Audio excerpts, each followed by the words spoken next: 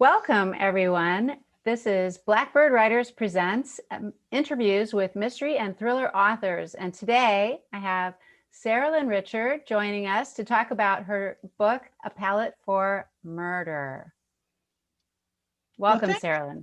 Thanks, Tracy. Thanks for interviewing me today, and thanks for all the energy and heart that you put into the Blackbird Writers. I hope that all our listeners will check out www.blackbirdwriters.com after this interview. Thank you. I'm so excited to talk to you about your book because I really love your writing. I love your writing style and your creative metaphors and all your juicy descriptions. I had so much fun reading it, and I love your characters too. So, A Palette for Murder is the second book in your Oliver Parrott mystery, and it opens with an art heist. 2 paintings have been stolen. That's right. Tell us about this. Well, it's the Detective Parrott Mysteries series takes place in the gorgeous Brandywine Valley. It's in Pennsylvania, and it's known for its 2 distinct elite communities, the horse people and the art people. So the first book, Murder in the 1%, takes place around the horse owners. But the second one, A Palette for Love and Murder, deals with the art community. So the book begins with Parrott's next case, and 2 valuable paintings have been stolen from an artist's studio. And as Parrott starts to investigate, that theft turns into murder, and then it turns into a treasure hunt for a lost masterpiece and the uncovering of many deep secrets. So along the way, this case becomes more and more personal to Parrott as well. So the book can be read on a lot of different levels. It's a fun mystery, but it's also a character study and lots of fun things inside. Yeah, it was really great, and I loved Oliver Parrott too, and he's the main character of both of these mysteries. Right. What do you like best about him? Well, Parrott has many fine traits. He's intelligent and down to earth, and he's hardworking, and he's morally grounded. But my favorite thing about him is that he's an outsider in this very rich and powerful elite community. And as an outsider, he could be somewhat daunted by the people that he serves, but he's not. He's oblivious almost to their power, and he doesn't let them have power over him. He stands up for what is right every time. And he's just not flabbergasted by anything that the rich people do. Right. He's not afraid to say what's right. Right. Too. Right. So he's a rooting interest for the reader too. Yeah.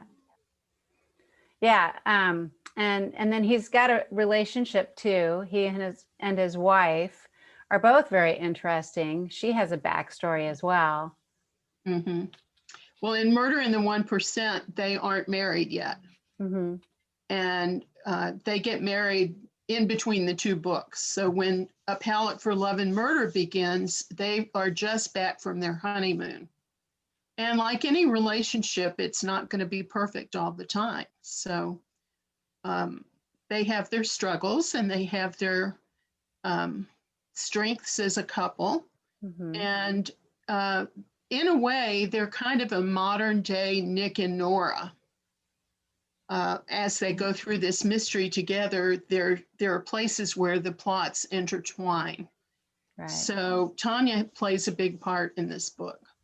Yeah, I know. I like her involvement with the characters, with the mystery and everything. I don't want to give anything away. No spoilers. Yeah.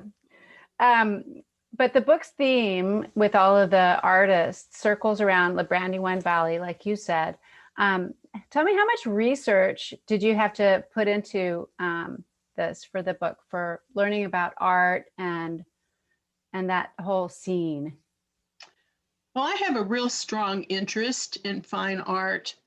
I studied it in college, and when I was a school administrator, I supervised the fine arts department for a number of years. So I've been around artsy people and art ideas, paintings. I love to go to museums, and the Brandywine River Fine Arts Museum, located in Brandywine Valley, is one of my favorite small museums in the world. It's the area where Andrew Wyeth and his family paint. And the museum is just exquisite, and you can learn so much about the regional art that takes place there. So I spent some time there, and I talked to some people there when I did the research. And I'm comfortable writing about art, but I also do a lot of research for my books, no matter how comfortable I am, because I want readers to sense the authenticity in the chapters. And I don't want to get anything wrong. I want to get the details right for even the savviest reader. So I interviewed artists and collectors of art, and I interviewed warehousers. I didn't even know that there were art warehouses before I started writing this book, but there are. I interviewed auctioneers, promoters, gallery owners, and generally I just loved writing about art. It was really a fun theme for the book. So, and you said you paint too, or you went to school for art? No, I don't paint. Oh, I don't paint, but I studied art. I studied art history in college. It was an area of concentration for me. So are you an artist? Or well, I think every writer is an artist because we're painting with words. So all the principles of art, I think, also apply to literature, because you have perspective, and that's point of view, and you have composition, and you have balance, and you have all of the same shading and mood and theme and tone. Everything that you have in a painting, you also have in a novel. True. So in that way, I think we're all artists. Yeah. But I've had some interest in painting, taking it up someday when I have time, but I don't really have time for it now. And so I haven't done that yet. Yeah. No, I ask because I know a lot of authors have like a side gig as a musician or a painter, or and you used a lot of musical metaphors throughout your book as well. So do you play an instrument? Well, I can play the piano, but not that well.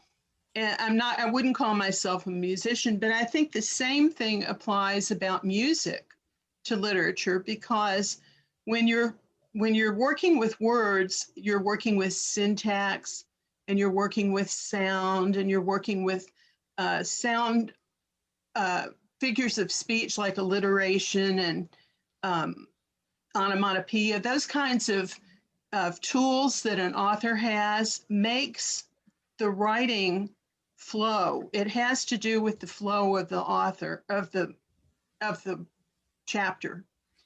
And one of the strategies that I teach when I teach my creative writing class is to read your book out loud before you hit publish. Before you get to the publishing stage, you should read your book out loud and see how it flows. You have to have an ear for it. And language is like that. It's like music. Yeah, I completely agree. But I want to get back to the story a little bit too. Do you need to read the two books in order, The Murder in the 1% and then The Palette for Love and Murder? No, not at all. They can be read as standalone mysteries, but they do have some of the same characters who appear in both. And of course, Parrott and Tanya are in both of them. They're both pretty big characters in both of them. But the plots are completely different. The cases are completely different. Yeah. And so the main characters in both books are different. Mm-hmm. And lots of people have read them in reverse order or chronological order. Right. And I did not read the first book first. So I did find there were characters introduced who they knew of from before, but I thought that you dealt with that very well. And I understood the relationships and what had come before. So I'm glad. Yeah. That's what I was aiming for. Yeah. Let's see. I'm trying to see if I have any other questions. Is there anything that you would like to say about the books? Well, I think the books are just a lot of fun from the standpoint of being an intellectual and emotional puzzle. That's what I love about writing mysteries, is that in no other genre does the author connect so closely with the reader. So every single time somebody's reading one of my books, I feel this real connection with, where are you in the book? What are you thinking at this point? Who's your favorite character? Who resonates with you the most, or what resonates with you? And I don't think other books have that, because in a mystery, the author is laying out this puzzle with clues and red herrings, and it's like a little map that you're taking the reader along with you, and so it's totally fun. Yeah, I completely agree. And we forgot to mention that Palette recently won an award. It's won 2 awards so far, and it just came out in February at the beginning of the pandemic. So the awards were really nice surprises coming so soon after the book came out. What were the awards? One of them was the International Book Fest Award, and one of them was the Reader's Favorite Award.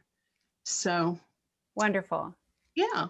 Wonderful. Well, thank you so much, Saralyn, for coming on and talking to me. And you can find out more about Saralyn and connect with her on blackbirdwriters.com. And I hope to see you guys around the internet. Thanks for having me.